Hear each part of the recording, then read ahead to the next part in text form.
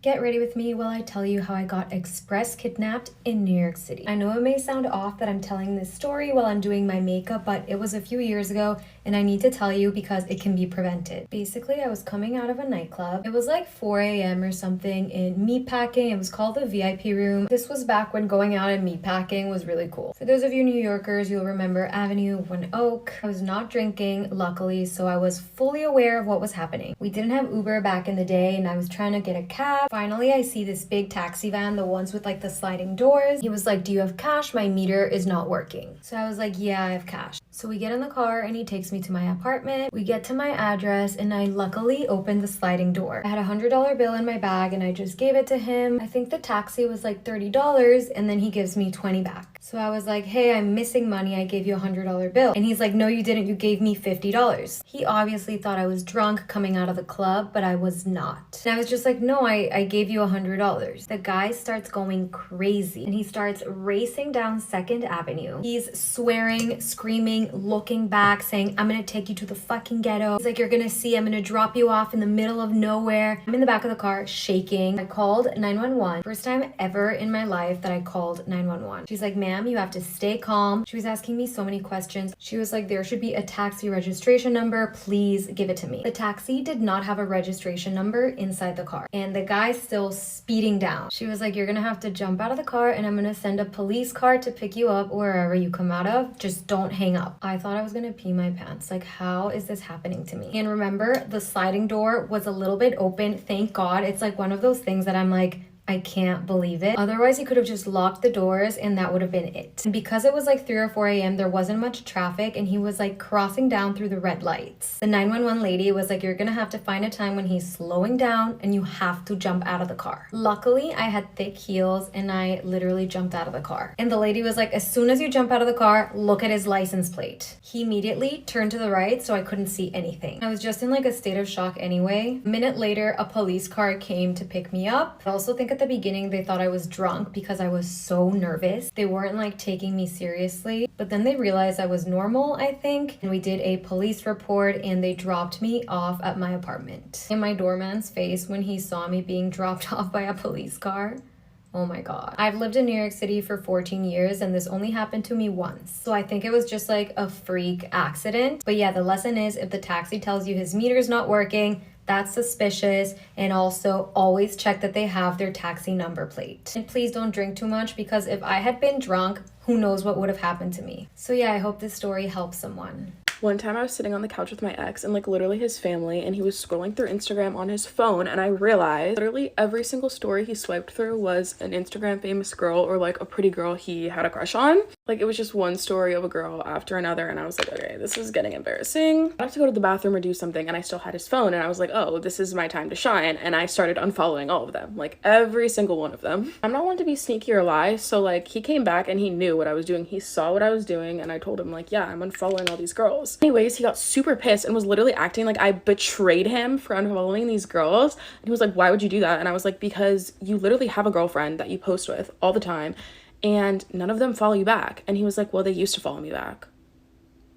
Guys, we change and get ready in front of this mirror this window every single day, and look at these boys. Look at them. They probably have seen us naked for the past week. Literally gonna be in disbelief, but he literally proceeded to take his phone and ask me if he could follow all these girls back on Instagram after I just unfollowed them. Like, the actual audacity. Like, imagine your boyfriend wanting to follow these girls so bad that he literally asks his girlfriend for permission to refollow them back. Like, yes, I want your name popping up as following them so bad so they can be like, "Oh my God, look who just followed me," and he has a girlfriend. Anyways, I was like, yeah, you can follow them back if you want me to literally break up with you and fly home. It goes to show you how stupid boys are and they don't even realize what they're doing is so weird and wrong. Also, this was like 2.5 years ago. I probably wouldn't do this now, but I just thought it was a silly story because everyone's talking about why your boyfriend shouldn't like other girls' posts and stuff and how it's embarrassing. So that's my delusional story. You're welcome. The drama in my life right now isn't even mine. It's like the shit I overhear in the school bathroom, and now I'm like invested. Yesterday I was in there minding my business, doing my business, and these two girls come in, not to use the bathroom. What they were talking about was wild. Now, before I continue, I'm not judging. It's your life. You do you. It's just crazy to hear. Now, I know a decent amount of people in my grade, in the grade below me. So, then these people I didn't recognize, so which means they were like freshmen or maybe sophomores, but probably freshmen. So this one girl's like, oh my god, like I like your bracelet or like something. She gave her a compliment and she's like, thanks, like I got it yesterday. Oh, where'd you get it? And she was like, oh, I stole it. And I was like, oh, okay. Stealing is not that uncommon, so that wasn't the big shock. And then the other girl was like, oh, it's so cute, like, do you think you could steal me one? The other girl was like, oh yeah, like I can steal it after school, like isn't your birthday soon? Like it can be your birthday present, we can like do it together. And I was like, oh my god, that's a really interesting way to bond.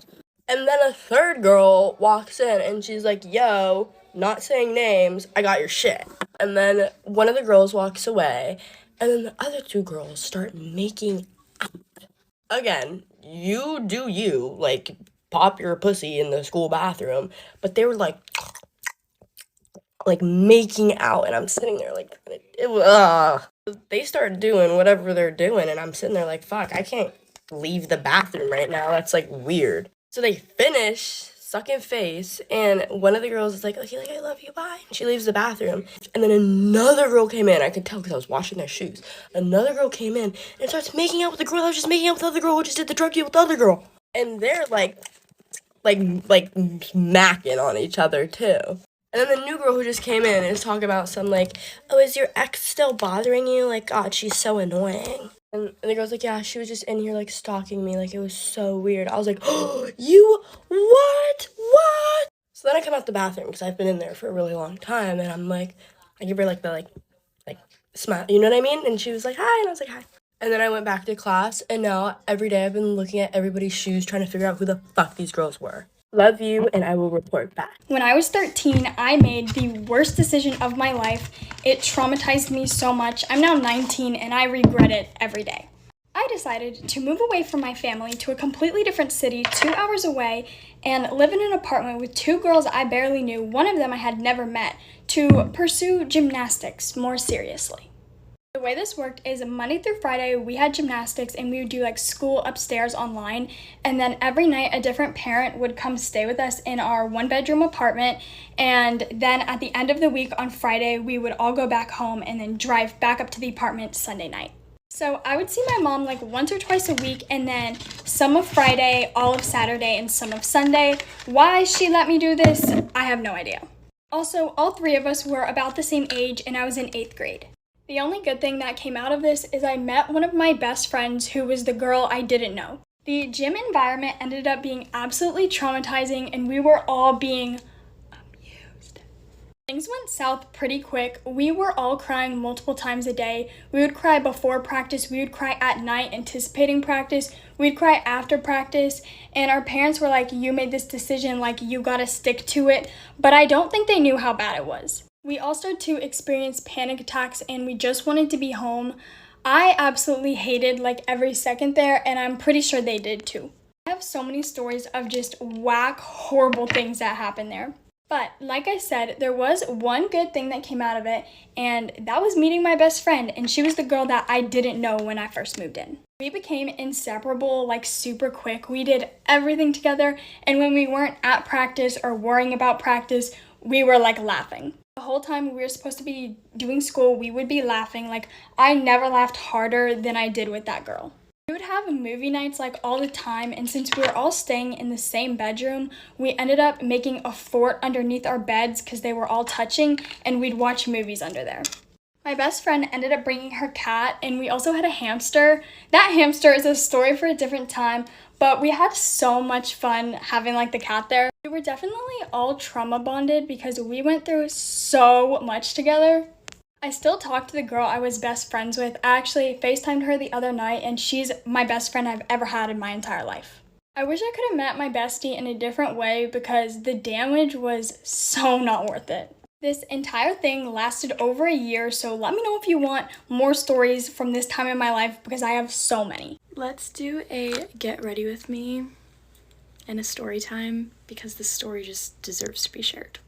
All right, to set the scene for you, I was in middle school, and in middle school, it's literally the most awkward years of your life, and everybody is just trying to fit in. At this stage of my life, I was kind of going through a rough patch, just hanging around the wrong people. I wasn't really bad, but I definitely needed to get back on track.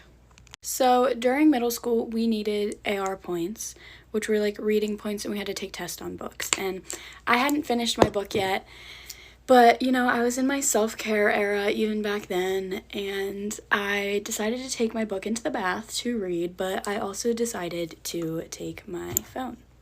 Let me also add, this is when iPhones were not as waterproof as they are now. So I go to step into my freshly made bath with bubbles and everything, with my book in one hand, a bath bomb in the other hand, and my phone. So my hands were full, too full. So when I step in, I drop my phone. Traumatic. I'm obviously upset because I think my phone is broken. I also dropped my book, which I'm borrowing from the school. And so I pick my phone up. My book is just floating through the water. And I pick my phone up like this. I don't think anything of it. I run downstairs, I put it in a bag of rice, and I get back in my bath and I start reading my half-soaken book. All of a sudden, people are banging on the bathroom door, saying that my best friend has called the house phone like 8 million times. So I get out of the bath in my towel, I walk to my room, and I call her back, and I'm like, hey, like, what's up?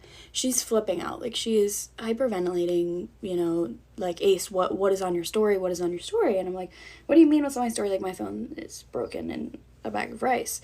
And she's like, girl, like, there's a video of on your story.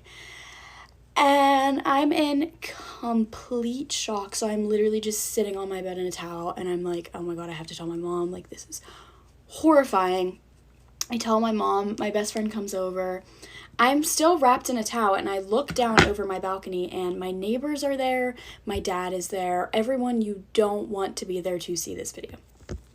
I get to watch the video for the first time, and I am literally bawling my eyes out, and my book is just floating through the water of the video. If you're wondering why I didn't just log in and delete it, I didn't know my login. So some kid eventually logged in and deleted it for me, and at school the next day everyone hugged me and acted as if I had a family member pass away, and I had to give a speech in front of the whole school. Don't take your phone in the bath. Get ready with me whilst I tell you some really funny but traumatic experiences I had when I was at school and being a social media girl. Starting off, I think this is one that a lot of people always get shocked about because they're like, no way people asked you this. But teachers used to always ask me like, oh, how much do you earn a year? And like all these really, really personal questions about like my money. And like I just always used to think I would never ask a teacher how much they earn, so why are they asking me? A lot of people always expected, like, because I had a following on social media, that a lot of people wanted to be my friend. But I'd say it was the complete opposite. People was kind of like, I don't even know what it was, but people was just so weird with me and like just was rude all the time. They're like, oh, she's a TikTok girl, like she's so prestige. But none of them would even speak to me. Like I made some really good friends in younger years and my years, but everyone else just had such an opinion when they didn't know me, which is one thing I find with social media, and a lot of my friends had the same issues growing up on social media. It's really annoying. I think one of the most funny, memorable things is the rumours people used to make about me, which was so far from the truth, and it used to literally make me giggle so much because I'd be like, that's just not true. Like, basically, some girls was throwing balls at the back of my head in PE, and I felt really dizzy, so I went to the medical woman, and they made me like tell them what happened, because I was like, I don't really care, but I had to tell medical what happened. And then medical told pastoral, which is like the people that like try to sort out problems. And I remember I was like, oh, this is just going to get me so much more problems. And then the whole of year 8 and 9, I had a rumour going around that apparently my parents paid the school to get me out of trouble. And my dog's sneezing like mad. Are you okay? But no, like, there was seriously a rumour going around that my parents owned part of the school. My parents paid the teachers not to get me in trouble. But in reality, they was all the ones that was being naughty and not me. That's why I just never got in trouble, because I was just the blooming victim of it all. But yeah, that was a very good rumour that went around. Everyone literally told everyone that my mum paid the school to get me out of trouble. Another thing was I was called Snobson because my last name's not actually Charlize, it's Hobson. And my whole school life, I was called Amelie Snobson because apparently I was a snob. In year 7, I had a red bag. So in year 7, most of the people used to call me Red Bag Girl because no one knew my name. If I ever had hate from anyone from school, like being horrible to me, and the school found out about it, the school would tell me to quit social media because that's the reason that I get hate. But like, there would be kids that done dancing in my school that would get hate because they was like good at dancing, but they never got told to quit what they was passionate in doing. It was just because I done something different. If you want a part 2, let me know. I've got so much more. Story time of how I caught my ex-boyfriend cheating on me. Y'all better be ready because this one is good. So I started dating this guy when I was 16, turning 17. We were friends first, and I even knew his friends and I knew his family. And he's actually asked me out once before, but I said no because he was a player.